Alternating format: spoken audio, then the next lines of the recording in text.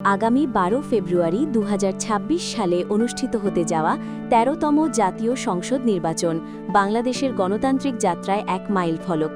এই নির্বাচন হবে নিরপেক্ষ, উৎসবমুখর, অংশগ্রহণমূলক এবং শান্তিপূর্ণ, যেখানে প্রত্যেক নাগরিকের স্বতঃস্ফূর্ত যোগদান দেশের ভবিষ্যৎকে আলোকিত করবে। যদিও অনেকের মনে এখনও নিরাপত্তা ব্যবস্থা নিয়ে কিছু খুঁটিনাটি প্রশ্ন রয়ে গেছে, সরকার নির্বাচনকে ঘিরে এবার অভূতপূর্ব নিরাপত্তা কাঠামো গড়ে তুলেছে, যা ভোটারদের নির্ভয়ে অংশগ্রহণে প্রেরণা যোগাবে। নির্বাচনী প্রক্রিয়াকে সুরক্ষিত রাখতে প্রায় ৯ লাখ আইনশৃঙ্খলা রক্ষাকারী বাহিনীর সদস্য মোতায়েন করা হবে। এর মধ্যে অন্তর্ভুক্ত রয়েছে ১ লাখ সেনাবাহিনী সদস্য, ১,৪৯,৪৪৩ পুলিশ, ৫,৭৬,৩১৪ আনসার ও ভিডিপি সদস্য, ৩৭,৪৫৩ বিজিবি, ৭,৭০০ র্যাব, ৩,৫৮৫ কোস্টগার্ড, ৫,০০০ নৌবাহিনী এবং ৩,৭৩০ বিমান বাহিনী সদস্য।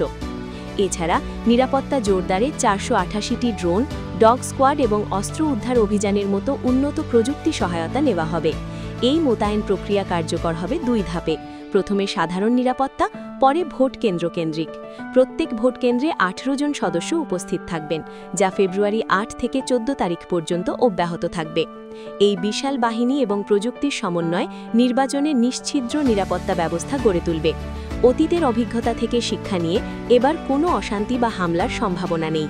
সকল ভোটার, বিশেষত সংখ্যালঘু সম্প্রদায়ের সদস্যরা নিরাপদে তাদের ভোটাধিকার প্রয়োগ করতে পারবেন। তাই সকলকে আহ্বান, নিরাপত্তায় নিশ্চিন্ত হয়ে ভোট দিন, দেশের স্বপ্ন পূরণে যোগ দিন। এই উৎসবমুখর নির্বাচনে আপনার অংশগ্রহণই ভবিষ্যৎ বাংলাদেশ গড়ার চাবিকাঠি।